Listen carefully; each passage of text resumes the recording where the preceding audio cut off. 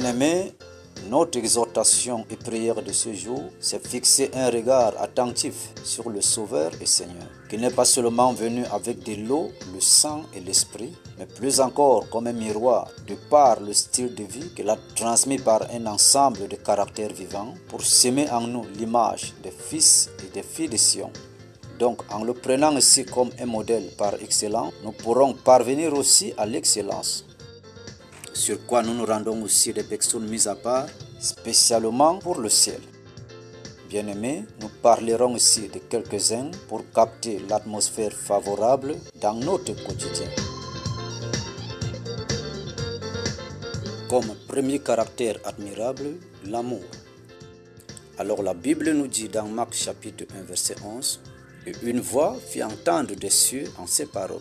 Tu es mon fils bien-aimé, en toi, j'ai mis toute mon affection. » Bien-aimé, c'est lorsque Jésus était dans les eaux du baptême. Alors après le baptême, une voix se fit entendre des cieux. Donc nous retenons ici que Dieu a aimé son fils et lui a donné toute son affection. Nous aussi, bien-aimés, nous devons l'aimer. Nous devons être les enfants de l'amour, car nous sommes le produit de l'amour.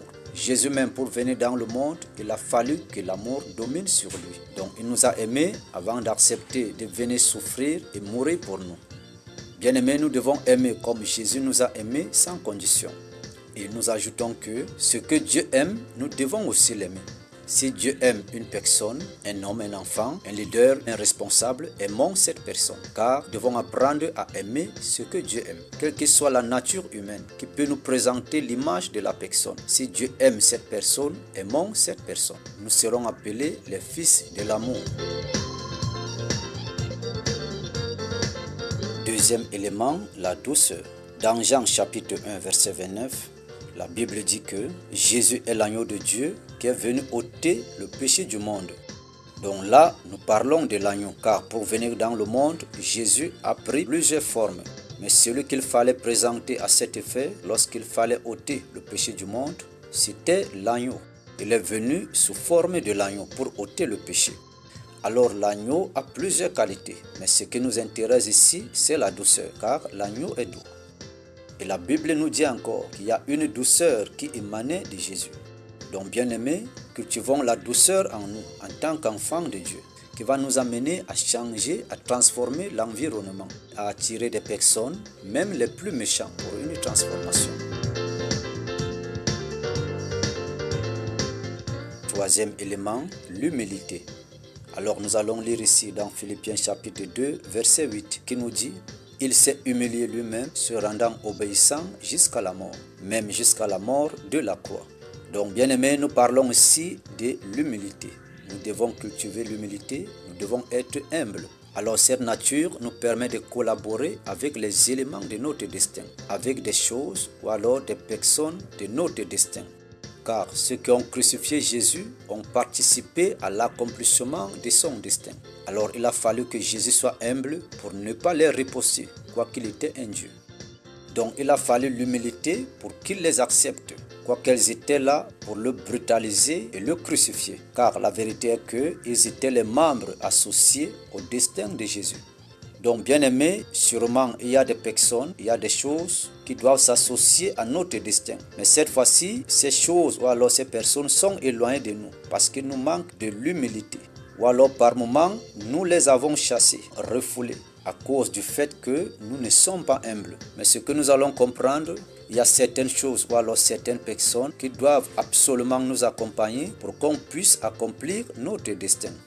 Donc bien aimés, soyons humbles afin de profiter à la réussite de notre mission. Quatrième élément, nous parlons de la grâce. Et là, nous allons lire dans Jean chapitre 1, verset 17.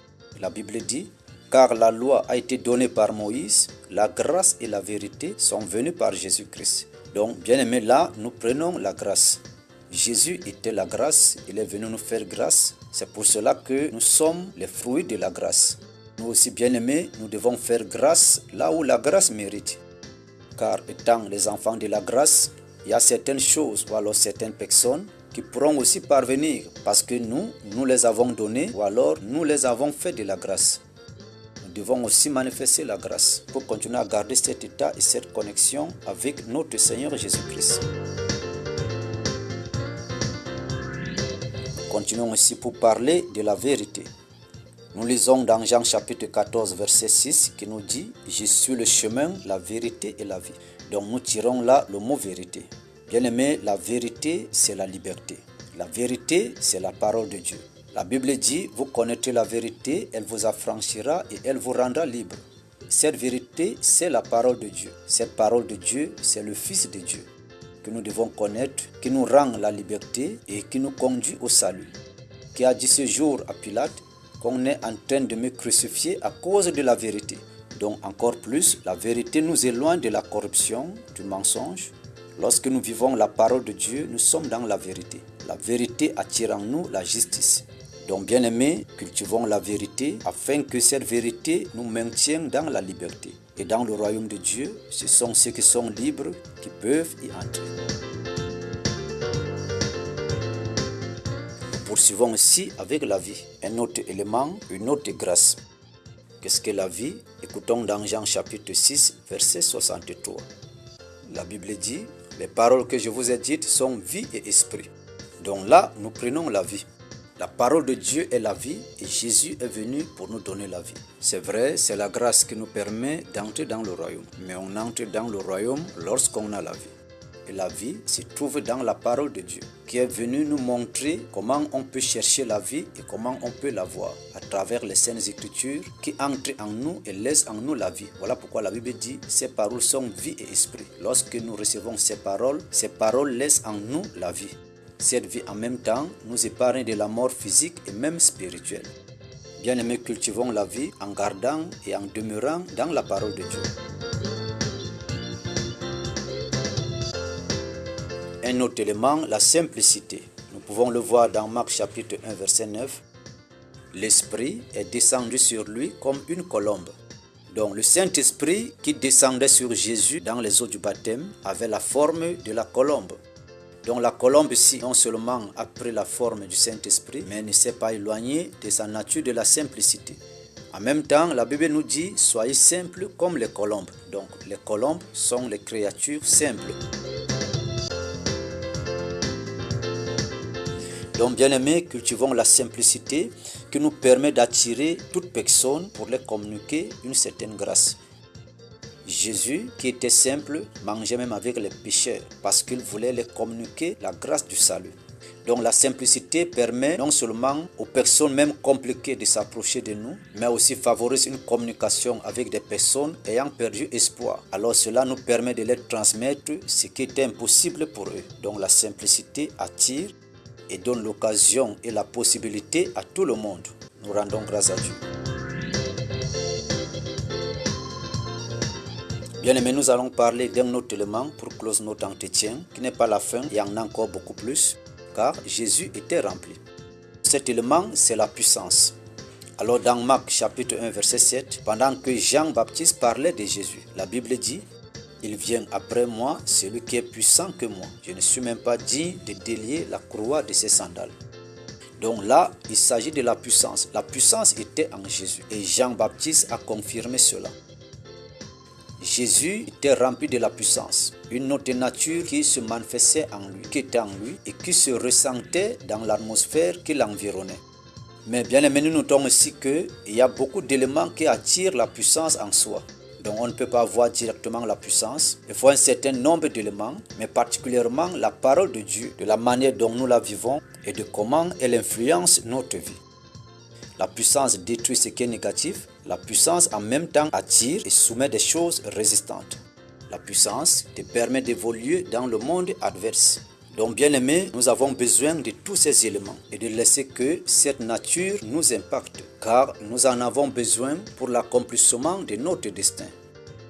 Il y en a encore beaucoup plus et le Saint-Esprit pourra toujours nous communiquer.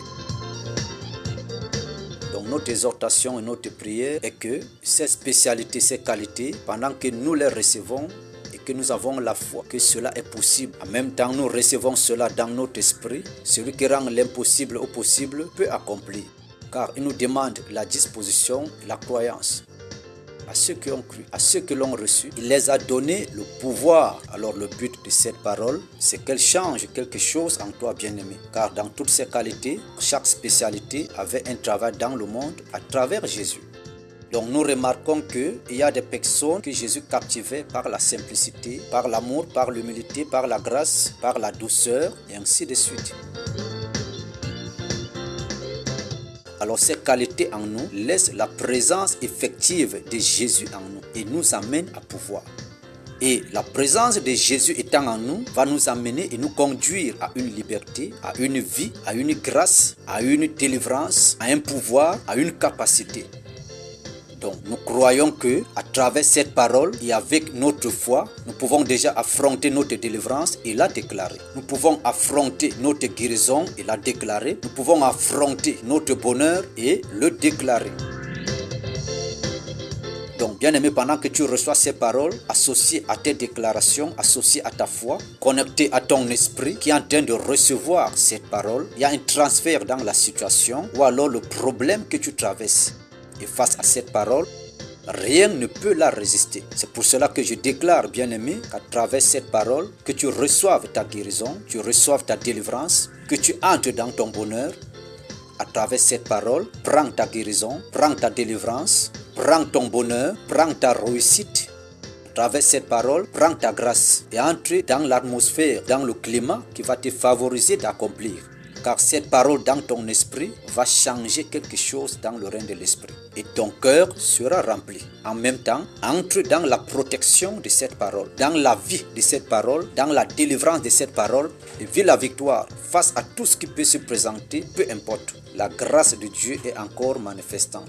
Pour les vivants, il y a encore une possibilité. Et notre possibilité, c'est la parole de Dieu auquel nous recevons, nous confessons et nous avons la foi. Dieu est avec nous et il accomplit. Il accomplit et il accomplit. Que le bon Dieu soit avec toi, que la grâce de Dieu soit avec toi, que la grâce de Dieu t'accompagne. Je déclare ta liberté, je déclare ta guérison, quelle que soit la partie de ton corps qui vit cette souffrance, que ce soit dans le règne de l'esprit, je déclare que tu reçoives la guérison, que tu reçoives la guérison, que tu reçoives la guérison, quelle que soit la maladie, peu importe, je déclare que tu reçoives la guérison, que tu es libre, que tu es libre.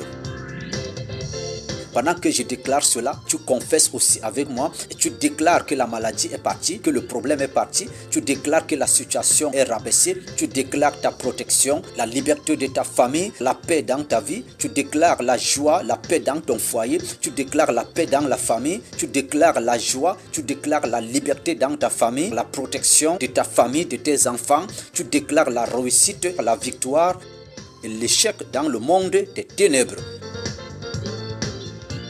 Cela est fait par ta foi, cela est fait par ta foi, tu verras cela s'accomplir selon ta foi. Jésus disait, va, ta foi t'a sauvé. Si tu crois, tu verras la gloire de Dieu. Dieu est vrai, Jésus-Christ est vivant, il agit encore au nom de Jésus. Bien-aimé, sois béni et reçois ton témoignage au nom de Jésus-Christ. Amen. Amen. C'est une émission particulière pour rasseoir la grâce que Dieu a répandue sur nous. Nous faisons des déclarations pour rappeler à Dieu sa parole afin qu'elle puisse agir dans nos vies. Pour tous nos messages au complet de l'émission Il est temps, ou alors Ministère International Fondation Lumière, les retrouver dans Facebook ou alors YouTube. Le contact WhatsApp est le suivant, 00228 70 72 30 34. 00228 70 72 30 34. Que Dieu nous bénisse tous et que sa lumière demeure parmi nous. Au nom de Jésus-Christ.